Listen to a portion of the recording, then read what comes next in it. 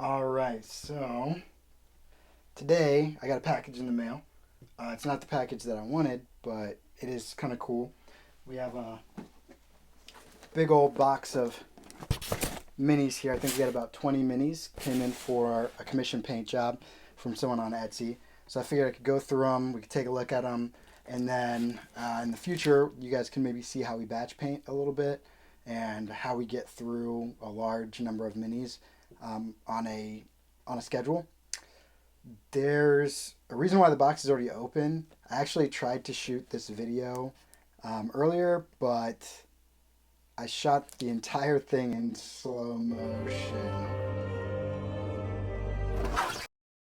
and with no audio. So we're doing it again. I'm not going to go through the whole shebang of unboxing, but we're going to go through the minis that are in the box so you guys can see them. We have a bunch of these little guys. We've done one for him in the past, and they were called, what were they called? Teleoses? Tempestus. Tempestus. Okay, Tempestus. That's cool. So we have a bunch of these little Tempestus warriors. These guys, and it looks like we have a lot of them. It is an army. We have an army with some mixed in fantasy miniatures in here that are larger. The thing with like 40K minis that I really like are that all of the values are super crisp. You have a defined difference between each piece of armor, each plating, everything. It's all separate and clean. A lot of times with like D&D minis, you'll have, especially like the WizKids ones, no knock on WizKids, but a lot of the times the molds are kind of weak and the hair will just mold into the shoulder. There's not a lot of clear definition between the fingers and the hand. It kind of looks like a club. And that happens pretty often. Brownies? Can I have a brownie? They're very hot. You gotta wait. Okay. Anyways, moving on, we have another Tempestus. How do you say it, Boo? Tempestus. Tempestus, okay. And then here's one with a rabbit's tail and a rabbit's head. Got a fox. That's cool. So a bunny rabbit, a fox. Let's see if there's any other animals I can pull out of here. A cat. That's kind of cool. Let's see how many of these we have in total. So right now, of these specific miniatures, we have 1, 2, 3, 4, 5, 6, 7, 8, 9. 9 normal ones and then 4. Well, no, sorry. We have 10 normal ones and then 3 that are like kind of animal-esque. And then we have a little wizard. Kind of cool. He's got a nice staff. He purchased one from our shop that was a vampire that looked kind of similar to this, so maybe we'll go with the same color scheme. Have to ask. A knight. That'll be easy enough. Lots of metal. Let's get into the bigger guys here. So a siege elephant. That's pretty neat. I like that. Looks like he's already kind of put some paint down.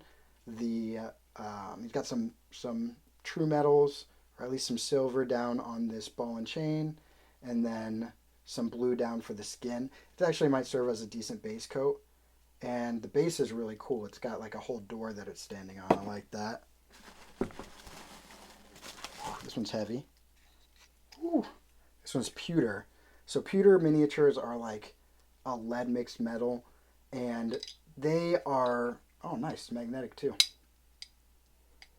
The good thing about pewter is that they're durable in a way. Like they're hardy. They're strong. That being said, pewter is a little unruly. If you don't prime it well, you're not going to get the paint to stick. Also, if you have, like on this young man here, this is plastic. If I drop him, he'll probably be fine. If I were to drop a pewter miniature, this gun rifling here, this barrel, would probably bend, which is fine, but if it bends enough times, it's going to just snap off. And pewter is not the easiest thing to reattach to itself. The cool thing about that is, say you have a warrior and it's made of pewter, it's a heavy, dense mini, which feels really cool, and its arm is up like this, holding the sword aloft, and you think it would look cooler coming across its chest, you can just bend it there, which is kind of neat. this guy is like he's like the mix between a pirate, a World War II German officer, and a cyborg. That's the best. He looks really cool. I'm excited to get some paint on him.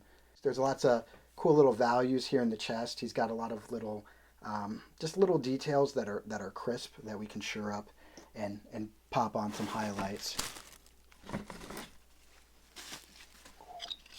Got some more pewter. Got ourselves a goblin here.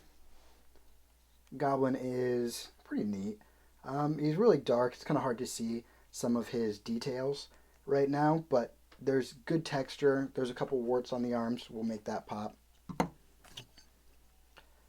Here's a werewolf, I believe. Yeah, it's cool enough. The arm's in a little bit of an awkward position, but at least the head is facing up. That's a big thing with miniatures that will drive me crazy, is when the miniature's face is down, it's really hard to paint it and make it look good because it's hard to get to, but also because naturally there's not a lot of light hitting the face. So to make it look natural, you'd want to put the face in shadow, but then you're taking away attention from the most important spot. And here is, here's our last one. Okay, it's kind of a light plastic. This one's not pewter. It's neat. I dig it. Big lizard. I'm wondering if he wants us to go the Dragonborn style or if he wants to keep the integrity of it being a lizard. It's neat. I might want to add some things to the shield here. It's a little plain for how much surface area there is. But yeah, it'll be pretty neat. I'm excited to paint these up, and I hope you guys join us for that process. We'll try to get at least 1 or 2 videos in. Now, we're doing these at a pretty decent deal because there's so many of them. The painting will be done well, but we're not going to be putting like a fierce amount of attention into any specific mini when it comes to the army. Probably the larger ones will get a bit more attention. There's more room to work with them. But yeah, stay tuned, and we will see how they go. Later, nerds.